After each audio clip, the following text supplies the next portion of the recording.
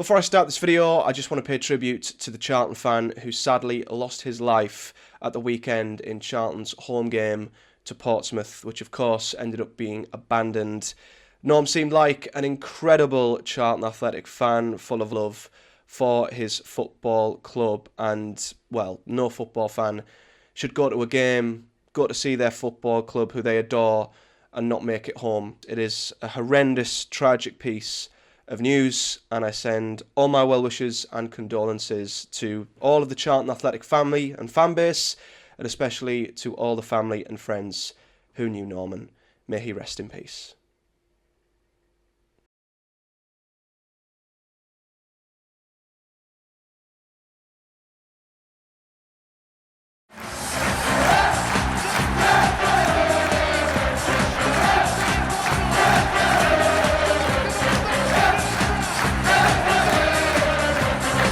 What is up, guys? Welcome back to another episode of the Project Boro preview show. Today we're talking about Boro's very tough midweek trip down to Charlton. And when I say tough midweek trip, I don't just mean it because it's Charlton and it's Nathan Jones' Charlton. It's Charlton in general. Midweek down in London in December.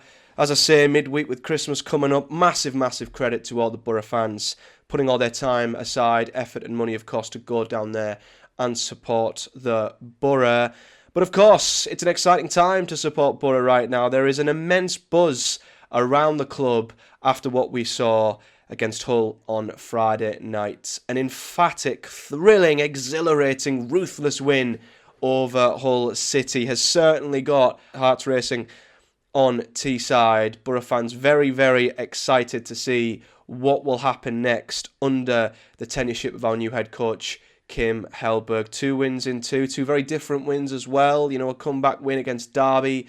Then we absolutely thrashed Hull in their own backyard. So it's safe to say this is a Boro side going to Charlton with a lot of confidence, a little bit of momentum as well.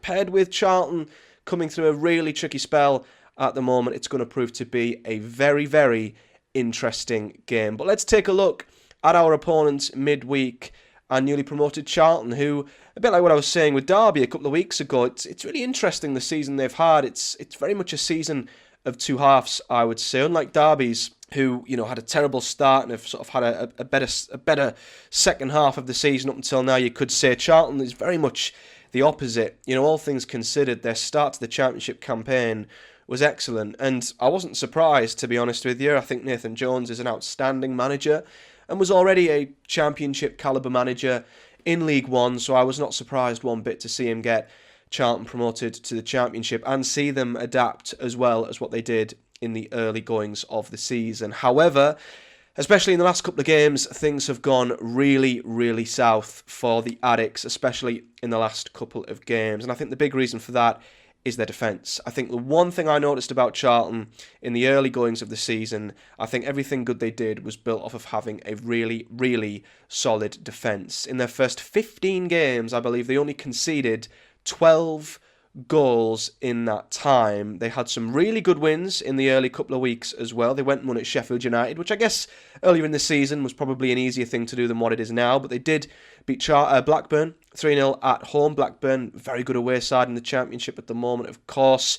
Their biggest win was probably going to Ipswich, going to Portman Road. Of course, that 3-0 victory they had was a real eye-opener back at the end of October. And in them first 15 games, as I say, defensively very good, only conceded 12 goals. However, they've conceded almost as many of that in their last 3 Championship games because their form and their defence has gone down the can completely in the last couple of games. They're on a 4-game losing run, their worst of the season, and in that time they've conceded 11 goals. They conceded 3 to Coventry, 3 to Stoke, 5 against Southampton, and then of course prior to that they lost 1-0 against Wrexham as well. So actually, if you want to include the Wrexham game, 12 goals in their last 4 that they've conceded, the same amount that they'd conceded in their first 15. So, you know, granted, they have played 3 very tough sides in the last 3 games, 3 sides that are very good going forward. Obviously, Stoke, very good at home going forward. Not surprised to see that. Coventry, the best attack by far in the lead. Southampton, of course, have just went bananas of late, and it kind of started for them with that win at Charlton. So, yeah, granted, the opposition they've come up against, it's probably not been the right time to play them. The defence that was massively reliable early on in the season has certainly struggled in the last couple of games against sides who've just been really, really, really good. And Boro might now fall in to that bracket of opposition. I think if you'd have asked me about this game a month ago, under Rob Edwards, for example, I'd have been very, very fearful about this game because I still think Charlton will have a very solid defence. They'll still be a very awkward side on Nathan Jones.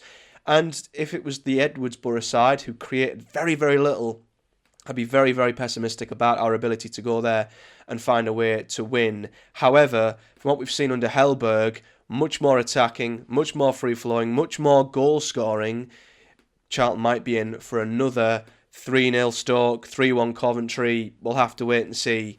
So, yeah, coming up against Hellberg's Boro as opposed to Edwards' Boro could be a completely different proposition for Charlton, and is certainly a change in managerial that makes me feel a lot more positive and optimistic about this game than I probably would have done a couple of weeks ago. That means Charlton have plummeted down the Championship as well. They were at one point a playoff side, not too far behind us. However, they're now down in 17th, which tells you how ridiculously tight and congested the middle of the Championship is right now, and what a bad run of form can do for you. So these 4 defeats in a row have put them down in 17th. 6 wins, 5 draws, 7 defeats, 18 goals scored, 23 goals conceded. And when you go into their numbers, you can see where they sort of land, both going forwards and going backwards, because their attack isn't great. And I think a lot of that, as I say, maybe it was because they wanted to have really good, solid defensive foundations, and maybe Nathan Jones thought the best way of us getting results in this league, being really solid, nicking games 1-0 if we can, or going ahead in a game and then defending really resolute to keep hold of the 3 points.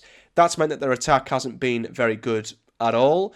And a bit like what we sort of started to see under Edwards towards the end, when you don't have that solid defence, you can't rely on only scoring 1 goal to win a game anymore, which Boro were doing a lot of earlier in the season. That's when you start losing results, when you start leaking goals, and especially of late, Charlton's great defence has let them down. Therefore, their lack of threat going forward has not been able to get them out of trouble.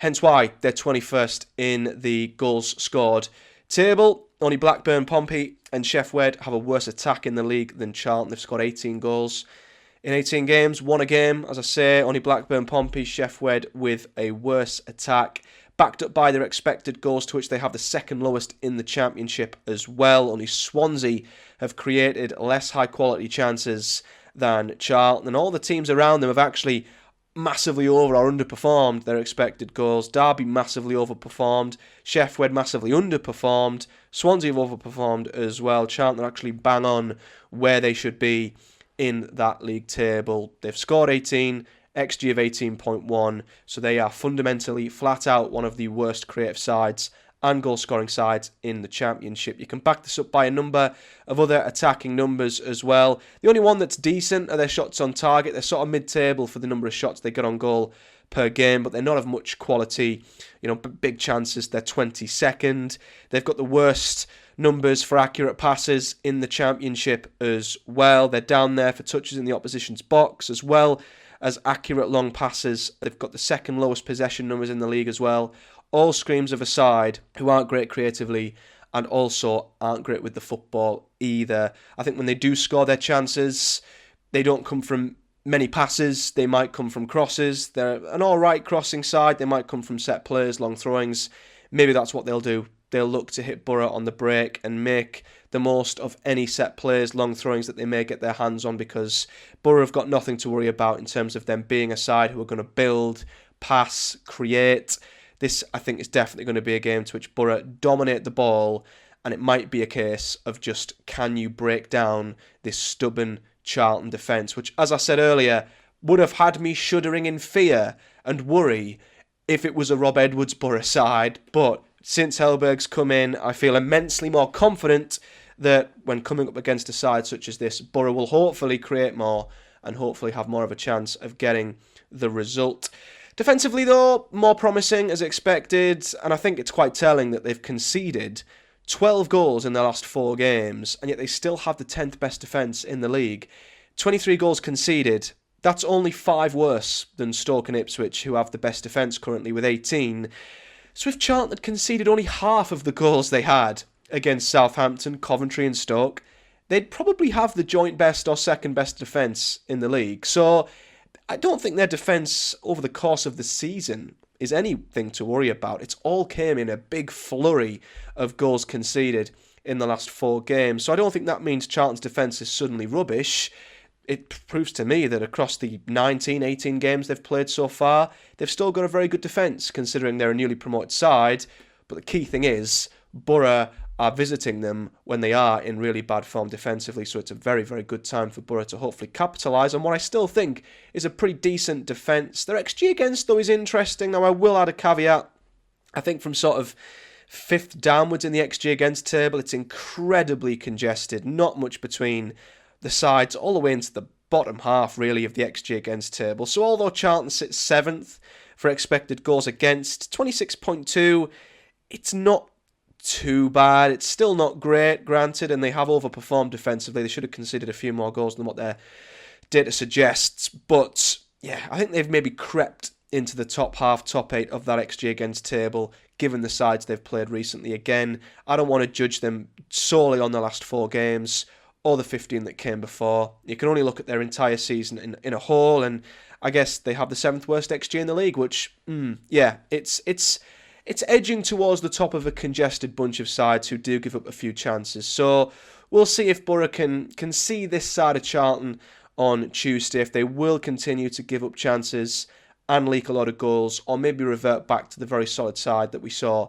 in the first 15 games of the season. Looking at their side, against Pompey, they did play with a 3-1-4-2, a very interesting formation. I don't think I've seen us come up against much this season at all. They have a back 3, which I feel is very, very solid and defensive. They then have Connor Coventry sat in front, who I think is a very sort of defensive screening midfielder who will patrol in front of the 3 to give them that little bit more protection. There's then a wall of 4 in front of that as well with the 4 midfielders. So I think when they're sat back in a defensive shape, they're probably going to have 7 or 8 players behind the ball at the very least. So you can see how this will transition into a very defensive, solid foundation. But they do have a few attacking threats in the side. Sonny Carey in midfield is their top goal scorer with 5 goals. He's also got 1 assist as well. It seems like the creativity comes from the wide areas. You know, they've got a really good championship player on the left in Hernandez, who of course we had on loan a couple of seasons ago. I think he's still a player who can be a real nuisance at this level. James P on the right hand side as well. He was very good for them, especially in the early weeks of the season. He's got the most assists with 3 and will definitely try and provide width and creativity down that right hand side. Greg Doherty, I think, is also one of their top creators in midfield. He was on the bench against Pompey, so it'll be interesting to see if he plays. And there's not many goals coming from the forward players, though I will say that the 2 that started against Pompey, I don't think have scored above single digits in goals this season. I think they might have 1 goal, if that. Their top goal scoring centre forwards seem to be on the bench, if not playing at all. It'll be interesting to see who plays up front for them against Boro. But there's not too many goal threats, I would say, in this Charlton side. 1 or 2 players who are decent. Carey and Bree are the 2 that I look at, I think, who are very, very good, who could provide a threat. And I think Kaminski, on his day, can be a pretty good goalkeeper as well. But not too much to worry about, again, from a Charlton point of view, with the 11 that they may play. But of course, they only gotten a few minutes into that game against Pompey, so it'll be interesting to see if they just go with the same team or they change it up against Boro. Talking of the Boro side, well, is there any reason to change it? And my answer is probably no. So I think my predicted 11 or hopeful 11, is probably no surprise, isn't any different to the one we saw against Hull. Now, it might be different because if there's one thing we've learnt about Kim Hellberg, it's that he's not afraid to throw a surprise into the starting 11. I mean, who'd have expected Alex Gilbert to start and play as well as he did against Hull? And I'm sure if there's any Charlton fans watching this, they probably can't believe it because he was on loan with them last season. I don't think he was that great. He did okay, I think. He's not played for Boro since last January, up until Friday, and then probably put in, well, he did put in his best performance in a Boro shirt, in a deeper six role, to which we've never seen him play before. Hellberg has seen something, he put him there, and it was a masterstroke, and he absolutely bossed Hull all game. Great defensively, great creativity, scored as well. I'm sure the Charlton fans are already sat there going, typical, a player we had last season who looked like he couldn't get anywhere near the Boro side, has all of a sudden broke through, put in his best performance of his career, and is probably going to start against us in midweek. It's crazy how football works, but maybe Gilbert will return to haunt his former side on Tuesday, but I think you've got to start him alongside Hayden Hackney. I don't think you change the back four either, unless there's any shock returns defensively. If Ayling's back, do you put him in? Is Edmondson a better suited centre back option to put in over Target? Of course, Edmondson came on against Hull. I'd keep it as it is, and I'd definitely keep Britton and Bangura as the fullbacks. They've both been brilliant in the last couple of games, and you don't change the front four either. McGree and Whittaker both scored against Hull, as did David Strelets. I'd love to see him build on that goal now and go on a run where he hopefully scores a few more. Conway needs a goal as well, desperately, so you keep playing him in this system. Hopefully he'll get one as well, but there's no reason for me why you would change any of that team that battered Hull midweek. There's every chance to rotate the team and use the squad with a couple of games coming every few days. Hellberg might change it. There's every chance he will, but I think if all is fitting well, you keep the same side that did ever so well midweek, or on Friday, should I say, against Hull. Finishing with my predictions then. Well, how do I feel about this one? Well, as I said earlier in the preview, if this was a Rob Edwards Boro, I'd be saying a completely different thing right now. I'd be going, going up against the side, very good defensively. They'll probably sit deep, ask Boro to break them down, make the most of set plays, maybe try and play on the break. I had zero faith in a Rob Edwards Boro side breaking down anything. However, Kim Hellberg might be a godsend for a game like this. We saw it against Derby 2 games ago, second half. They put everyone behind the ball. Boro found a way of scoring twice in that second half, and we went on and won the game. This could be a similar kind of tussle between us and Charlton. So, with the newfound faith I have in Hellball and how much better we've looked going forward, that makes me feel immensely more optimistic about this one. And of course, off the back of Hull, who wouldn't be optimistic going into this one? So it was an awkward game a couple of weeks ago looking at it. I still think it will be, but I'm backing Boro to come away with the 3 points. I'm not going to go with as much of a high-scoring affair because I do think Charlton are a much better defensive side than what Hull were and will give up nowhere near as much space. It'll be a different test. It'll be a different game for Boro, but I'm going to go 2-0. I think we're due a clean sheet. As I say, Charlton's threats don't worry me too much. I do think Boro will break through. How early or late in the game it is, I'm not sure, but I'm going to go Charlton 0, Boro 2. So let me know your thoughts, feelings and predictions in the comments section below, whether you're a Boro fan, Charlton fan or neutral, and it'll be very interesting to see if Boro and Hellberg's on-fire Reds can take advantage of a very vulnerable and leaky Charlton side at the Valley midweek. I'll be back on Wednesday to review whatever happens in the game. But until then, like the video if you've enjoyed it, subscribe for more and hit the bell too so you never miss when a video drops here on the channel. Comment below with your thoughts. Thank you for watching and I'll see you all in the next one.